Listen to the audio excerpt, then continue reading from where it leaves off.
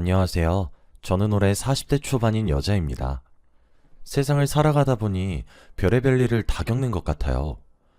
지금은 딸과 아주 재미나게 둘이서 살고 있지만 불과 몇 달 전까지만 해도 얼마나 많은 일들이 있었는지 모릅니다. 남들 앞에서 이야기하기엔 부끄럽고 창피한 일이지만 그래도 용기 내서 한번 끄적여 봅니다.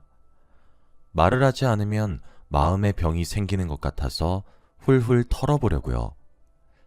다들 제가 겪었던 충격적인 이야기를 들어주시길 바랍니다.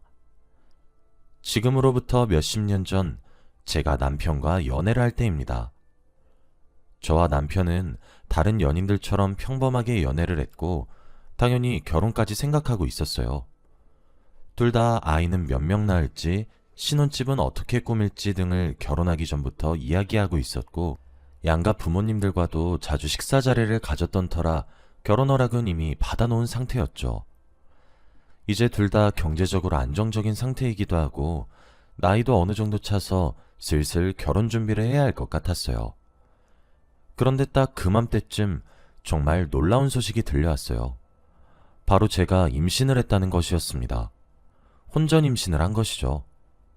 이건 하늘이 저와 남자친구 보고 결혼을 하라는 말인 것 같았어요. 저는 그 소식을 남자친구에게 어떻게 전해야 할지 설레는 마음이었고 정말로 저의 임신을 좋아해 줄지도 걱정이 되었습니다. 제가 알던 그 사람은 저보다 더 좋아할 거라고 마음속으로 확신했고 남자친구가 기뻐할 모습을 상상하며 저의 임신 소식을 알렸습니다. 그런데 남자친구의 반응은 제 예상과 전혀 달랐어요. 두 줄이 그어진 임신 테스트기를 남자친구 눈앞에 들이밀고 기대에 찬 눈빛으로 남자친구의 대답을 기다리고 있었습니다. 그런데 남자친구는 기뻐하기는커녕 표정이 굳어졌어요. 그리고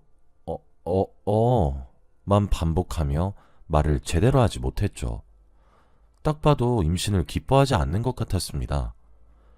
저는 순간 너무 속상해서 눈물이 흘렀고 자리를 박차고 뒤돌아서 제가 갈 길을 갔어요.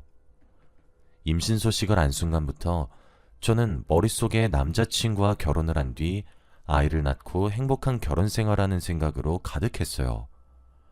하지만 이런 기대는 저 혼자 한 것이었고 남자친구와 제가 꿈꿔온 미래는 달랐죠.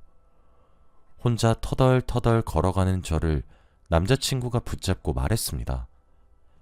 미영아, 정말 미안한데 이번만 아이를 지우면 안 될까? 우리 아직 결혼도 안 했고 나는 신혼생활 즐기고 아이 낳고 싶어서 그래. 남자친구는 저에게 이해하기 힘든 말을 했고 저는 그 사람 입에서 그런 말이 나올 줄은 꿈에도 몰랐어요. 그 말에 더 상처를 받은 저는 남자친구의 손을 뿌리치고 갔습니다. 수십 통의 연락이 왔지만 다 무시했어요. 저에게 찾아온 이 소중한 아이를 혼자서라도 낳아서 키우려고 했습니다. 남자친구와는 헤어지려고 했었고 이미 결혼도 물 건너갔었죠. 배는 점점 불러왔고 산부인과도 혼자 다니면서 열심히 살았어요. 친정 부모님들의 도움을 받으면서 혼자서 임신 공부도 하고 살았습니다. 그런데 제가 산부인과에 자주 방문하면서 충격적인 사실을 알게 되었어요. 제가 자궁이 많이 약해서 이 아이를 낳게 되면 다시 임신이 힘들다고 했습니다. 가능성이 아예 없는 건 아니지만 그래도 희박하니 거의 마지막 임신이라고 생각하라고 하셨죠. 그렇다 보니 전 이 아이를 더 포기할 수 없었습니다. 제가 임신하는 기간 내내 남자친구에게 연락이 끊임없이 왔어요.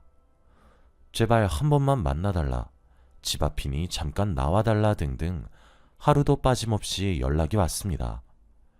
그런데 저는 단 한 번도 나가주지 않았어요. 이미 남자친구한테 마음이 많이 상했고 그런 사람과 미래를 함께할 자신이 없었거든요. 그런데 어느 날 항상 연락이 오던 남자친구의 전화가 아닌 남자친구의 어머니께서 전화가 왔습니다. 임신을 한 후 한 번도 연락이 온 적이 없었던 분인데 갑자기 전화가 오셔서 너무 놀랐어요. 처음에는 받지 말까 했다가 그래도 어른의 전화이니 예의상 받아야 되겠다는 생각이 들어 전화를 받았죠. 그런데 어머니께서 저에게 잠깐 만나자고 했습니다. 저는 대답할 틈도 없었고 전화를 끊자마자 약속 장소와 시간을 보내주셨죠. 당연히 남자친구처럼 아이를 지우자고 할 줄 알았고 기대도 하지 않은 채 그 자리를 나갔습니다. 어머니는 제가 자리에 앉자마자 말을 하셨어요. 아이를 혼자 낳겠다고 했다며? 그러면 되니. 둘이 잘 화해하고 결혼하면 안 될까? 나도 너 같은 며느리 있으면 너무 좋을 것 같아서 그래. 우리 예전에는 자주 만나서 밥도 먹고 그랬잖아. 내가 아들 설득할 테니 둘이 다시 잘해봐. 아이를 아빠 없는 아이로 키울 순 없잖니. 날 봐서라도 한 번만 다시 생각해주라. 어머니는 제 예상과 반대로 오히려 결혼을 하라고 부추기셨습니다. 어머니가 제 손을 꼭 잡고 그 말을 하시는데 흔들리기는 했어요. 남자친구의 누나분께서 일찍 돌아가셔서 저를 친딸처럼 많이 대해주셨거든요. 그리고 어머니가 저희 애를 아빠 없는 자식으로 키울 수 없다는 말에 많이 흔들렸습니다. 제가 아빠가 누군지 모른 채로 자라서 그 심정을 잘 알아요. 정말 힘들고 괴로운 어린 시절을 보냈거든요. 그래서 이 힘듦을 제 자식에게 대물림해주고 싶지 않았습니다. 어머니를 뵙고 생각이 많이 바뀐 것 같아요. 집으로 돌아와 한동안 많은 생각을 했습니다. 아이를 위해서도 남자친구와 결혼을 하는 게 맞다고 생각했고 시어머니의 며느리가 되고 싶기도 했습니다. 그날 마침 남자친구가 여느 때와 다름없이 집 앞이니 대화하자며 나와달라고 했고 저는 처음으로 배가 나온 상태로 남자친구를 보러 갔어요. 몇 달 만에 본 남자친구는 얼굴이 많이 수척해 있었고 그동안 힘들었던 것 같더군요. 그리고 대화를 하러 나와준 저를 보자마자 결혼을 하자고 했습니다. 자기가 과거에 미쳤던 것 같다며 아이를 낳고 셋이서 행복하게 살자고 했죠. 저와 남편은 그렇게 부부가 되었습니다. 배가 많이 나왔다 보니 결혼식도 못 올렸고 혼인신고만 하고 바로 신혼집으로 들어가서 살았어요. 남편이 태교도 많이 도와주고 아이용품도 이것저것 사면서 행복해하는 걸 보니 결혼하기 잘했다는 생각도 들었습니다. 시어머니도 저에게 아주 잘해주셨고 늘 딸 같다며 좋은 말도 많이 해주셨죠. 그렇게 시간이 흘러 만삭이 다 되었고 건강하게 출산을 하였는데 저는 딸을 낳았습니다. 딸을 낳고 싶었기에 저는 만족스러웠지만 시어머니는 그렇지 않았던 것 같아요. 나는 아들이 좋은데 라고 하시며 저에게 눈치도 조금 주셨고 둘째 이야기도 벌써 하기 시작하셨습니다. 시어머니가 미리 사놓은 아기용품들도 죄다 파란색에 남자 아기들이 쓰는 장난감이더라고요. 그래서 제가 어릴 때 저희 딸에게 여자아이 옷을 못 입혀줬습니다. 시어머니가 사놓은 파란색 옷을 입힌다고 분홍색 옷 한 번을 못 입혀줬네요. 그게 아직도 미안합니다. 아무튼 저는 시어머니의 눈치를 보며 딸을 키웠지만 저도 많이 힘들었어요. 시어머니는 둘째로 아들을 낳자고 말을 하셨지만 저는 임신이 힘든 몸이었으니 말이죠. 그런데 이 사실을 시어머니는 모르셨고 남편과 저만 알고 있었습니다. 남편도 시어머니와 저 사이에서 눈치를 많이 받고 어찌할 바를 몰랐죠. 하지만 딸이 커갈수록 시어머니는 점점 대놓고 아들을 바라셨어요. 집안에 아들이 하나 있어야 그래도 잘 굴러갈 텐데 우리 며느리는 아들이 가지고 싶지 않나 봐. 옆집 미숙이네 아줌마는 엊그제 손자 가졌다고 하는데 아휴 나도 손자 보고 싶네. 우리 며느리 닮았으면 얼마나 잘생겼을까. 이런 말을 자주 하시다 보니 저도 힘들었어요. 그런데 가만히 있던 남편도 어느 순간부터 시어머니와 함께 둘째를 낳자고 말을 하기 시작했습니다. 나도 아들이랑 같이 야구도 하고 축구도 하고 싶네. 딸이랑 맨날 소꿉놀이만 하니까 재미없어. 이런 철없는 말을 하면서 속을 긁어놓는데 신경질이 나더라고요. 그리고 제가 뻔히 어떤 상황인 줄 알면서도 저러니 너무 속상했습니다. 제가 그런 말을 하는 남편을 조용히 불러 말을 했어요. 당신, 내가 아이 낳기 힘든 몸인 거 알면서도 그런 말을 해? 내 생각 하긴 하는 거야? 나 너무 속상해. 여보, 그래도 가능성이 아예 없는 건 아니잖아. 시도라도 해보면 안 돼? 나 아들이 너무 갖고 싶어. 남편은 제 말에도 자기 고집을 내세우며 말을 했고, 남편의 고집을 꺾을 수 없었습니다. 솔직히 저도 둘째 가지면 너무 좋았죠. 그런데 몸이 따라주지 않으니 스스로도 답답할 노릇이었습니다. 그래서 시어머니와 남편의 강요에 저는 시험관 수술을 시도했어요. 저도 솔직히 하면서 조금의 기대는 했던 것 같아요. 사람 심리라는 게 참 알다가도 모르겠더라고요. 제가 시험관 수술을 수없이 했지만 계속되는 실패에 남편과 시어머니의 기대에 못 미치니 죄짓는 느낌이었습니다. 매일을 그런 눈치 속에서 살아가니까 심적으로도 힘들었고, 그러다 보니 시험관 수술도 잘 안 되는 것 같았어요. 계속되는 실패에 결국 시어머니한테 저의 사정을 다 말씀드렸습니다. 제가 자궁이 약해서 임신이 될 가능성이 희박한 몸이라고 말이죠. 당연히 같은 여자로서 저를 이해해주고 격려해줄 줄 알았던 시어머니는 화를 내셨습니다. 뭐? 그럼 지금까지 그 사실을 숨기고 결혼한 거야? 너 미쳤니? 우리 집이 만만해. 어디서 이런 여자 구실도 못하는 걸 우리 집으로 들여서? 아이고, 너는 우리 가문의 수치다. 가능성도 없는 애를 가지고 이 큰 비용을 지금까지 썼던 거네. 아이고. 이 말을 하시면서 가슴을 팍팍 치시는데 이렇게까지 심하게 말씀하셔야 하나 싶었네요. 시어머니는 전부 다 제 탓을 했고 저는 한순간에 집안의 죄인이 되었습니다. 그 일이 있고 나서 한동안 시어머니한테 말도 못 붙였고 매일같이 눈치를 보면서 살았어요. 시어머니와 평범한 대화를 못 나눈 지도 오래되었고 저는 가사도우미처럼 그 집에서 지냈죠. 시어머니와 그런 관계가 지속되다 보니 어떻게든 예전처럼 화목하게 돌아가고 싶었고, 시어머니 옆에서 열심히 애교도 부리고 예쁜 행동도 많이 했지만 시어머니는 항상 무시하셨습니다.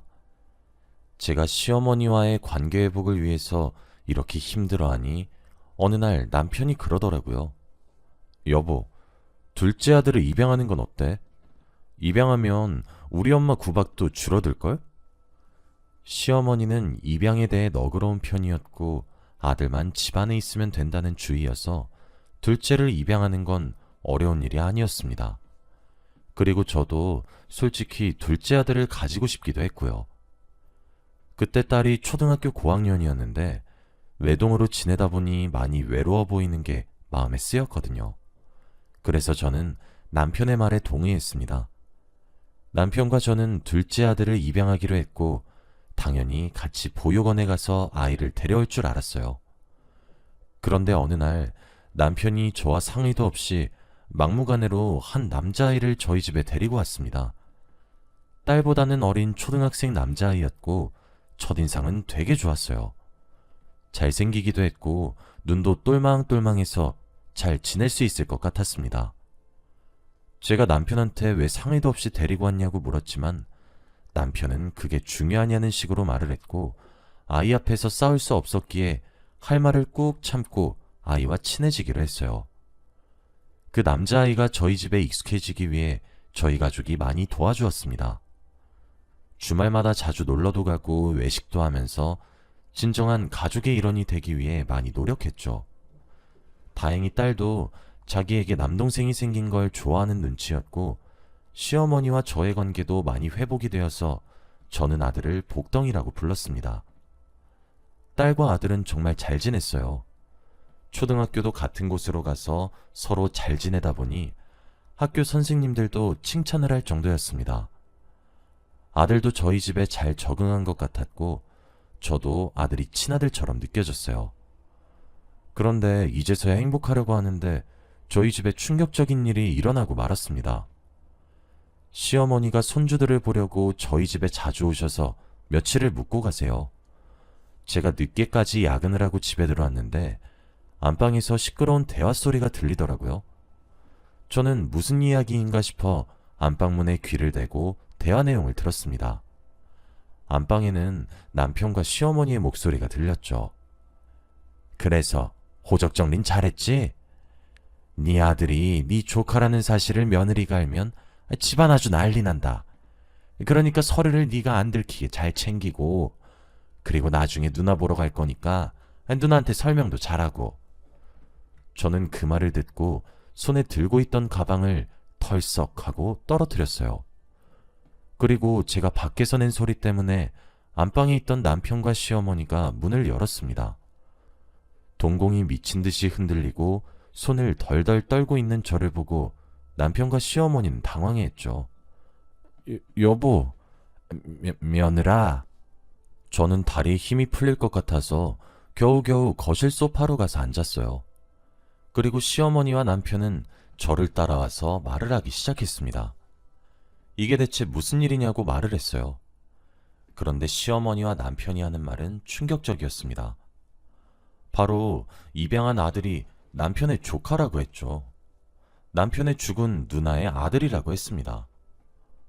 보육원에 보내기에는 너무 가엾어서 남편이 입양하기로 했고, 이 사실을 저에게 알리면 당연히 거절할 것이 뻔했기에 저에게 말을 못했다고 해요.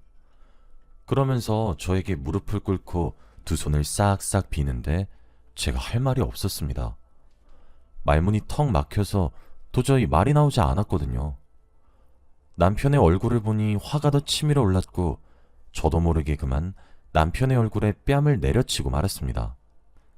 야, 너 미쳤어? 결혼이 장난이야?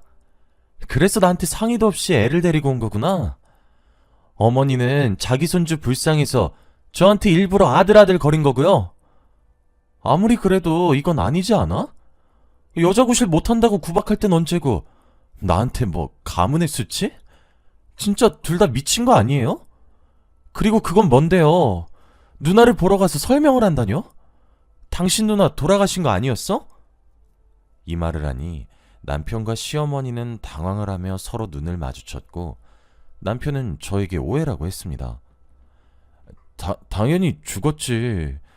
주기적으로 누나 무덤에 가는데 그때 누나를 본다고 한 거였어. 여보, 내가 미안해. 내가 죽을 죄를 지었어. 이번 한 번만 봐주라. 어? 저는 진짜 화가 미친 듯이 났어요. 그런데 그 순간 방에서 아들이 자다 깼는지 졸린 눈을 비비며 나왔고, 저희를 보고는 왜 이렇게 시끄러워요? 라고 했습니다.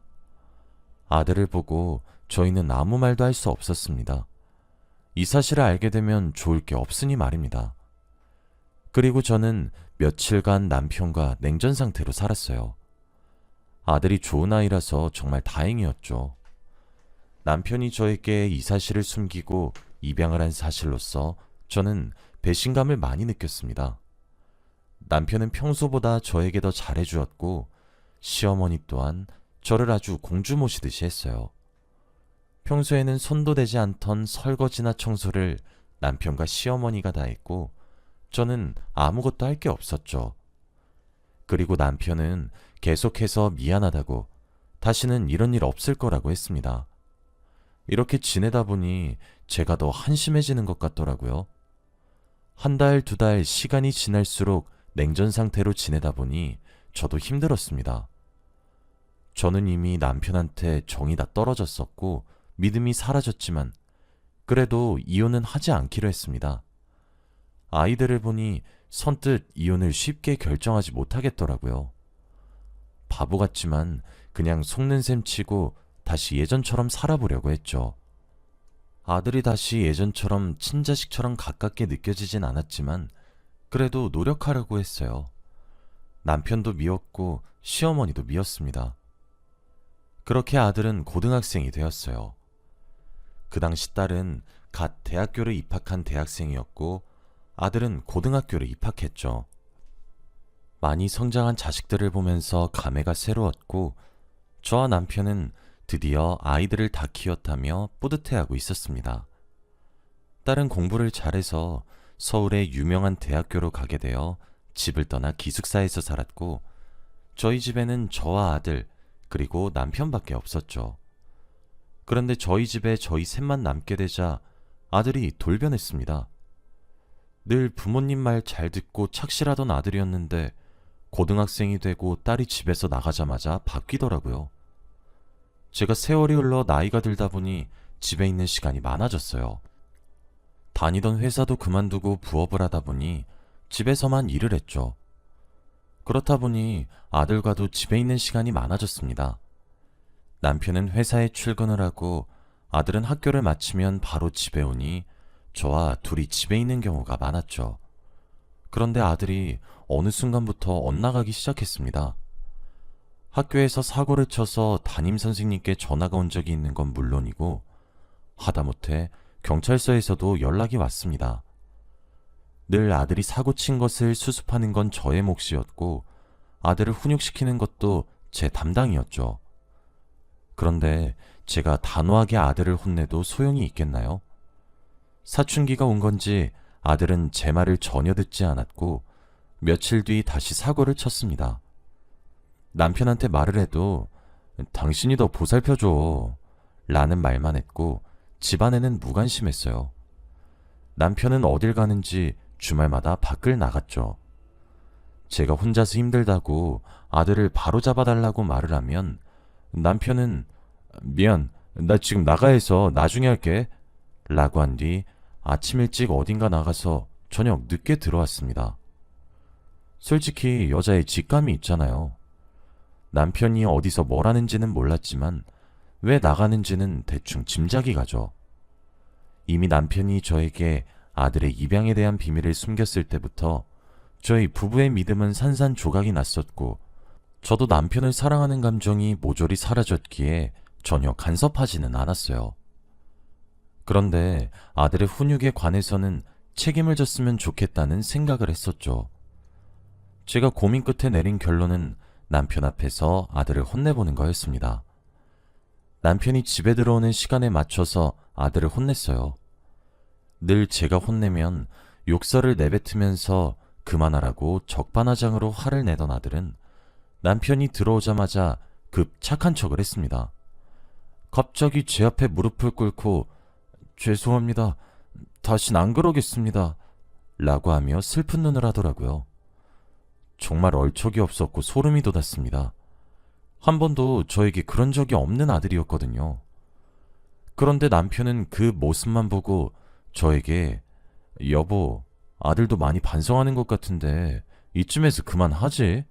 라고 말렸습니다. 그러고 곧장 방으로 들어갔고 남편이 들어가자마자 아들은 무릎을 꿇었던 다리를 풀고 삐딱하게 앉아서 저에게 말을 했어요. 조용히 해, 미친 여자야. 죽고 싶어? 친아들도 아니면서 이래라 저래라 하지마. 이 말을 한 뒤 자기 방으로 유유히 들어갔습니다.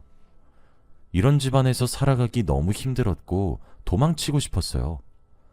딸과 둘이서 멀리 떠나고 싶었습니다.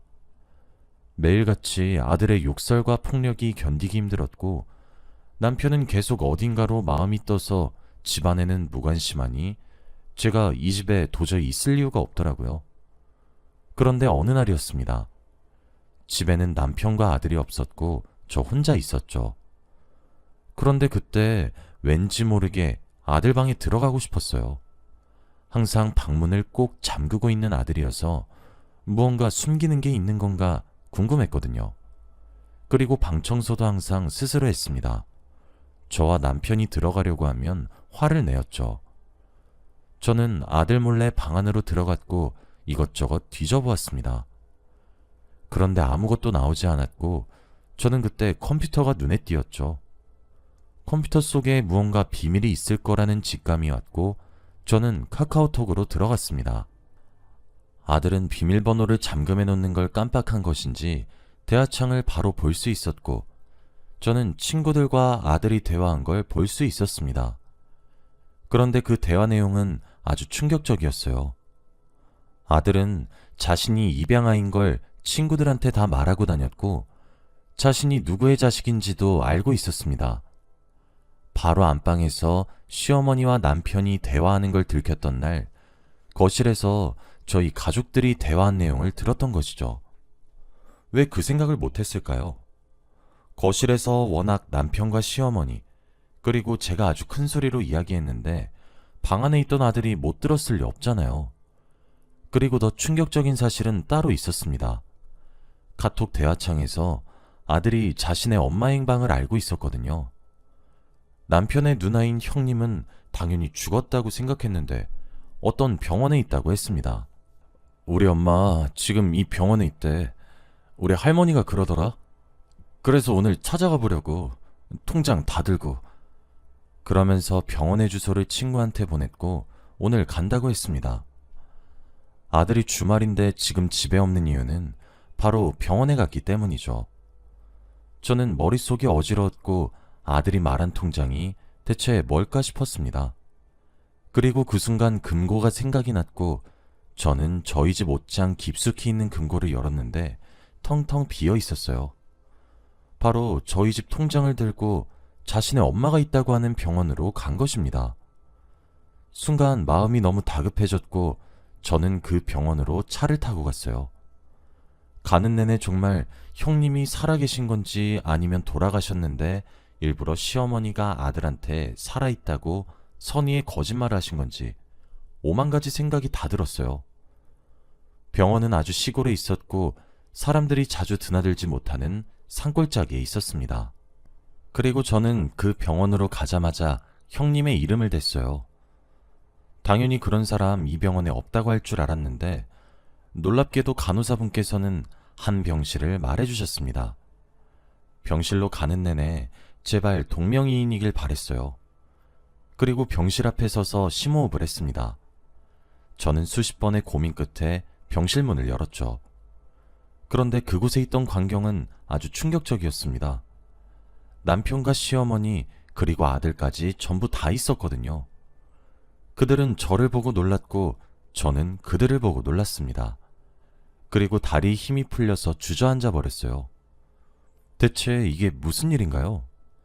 죽었다는 형님이 왜 살아있고 아들과 남편, 시어머니는 왜 이곳에 있는지 도저히 이해가 되지 않았죠. 남편은 저를 일으켜 의자에 앉혔고 저는 형님의 얼굴을 처음 뵈었습니다.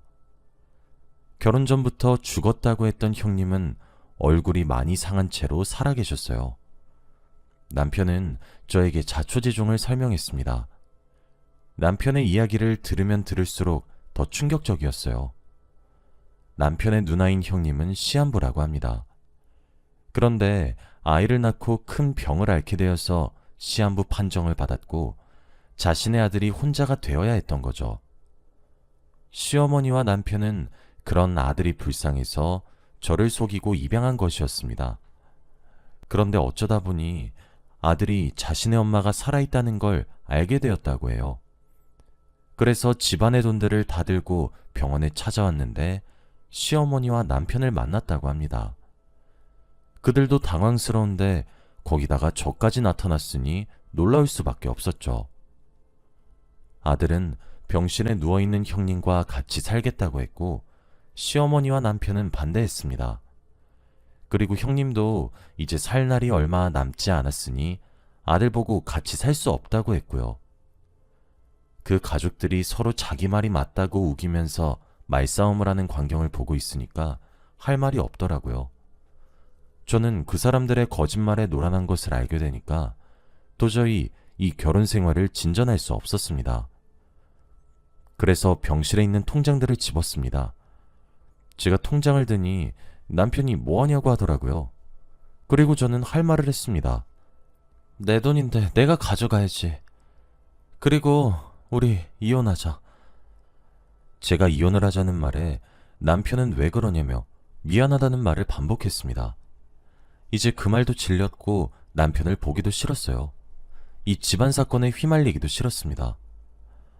여보, 우리들 다 좋은 일 하는 거야. 누나 죽으면 누나 재산 다 우리한테 오는 거 알지?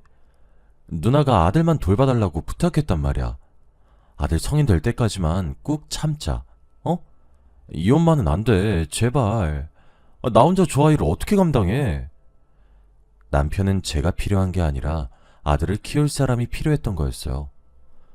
남편의 말을 듣고 더 이혼을 확신하게 되었고, 더 이상 대화를 나눌 가치조차 없다고 느꼈습니다. 말로는 통하지 않으니 행동으로 보여줘야겠다는 생각이 들더군요.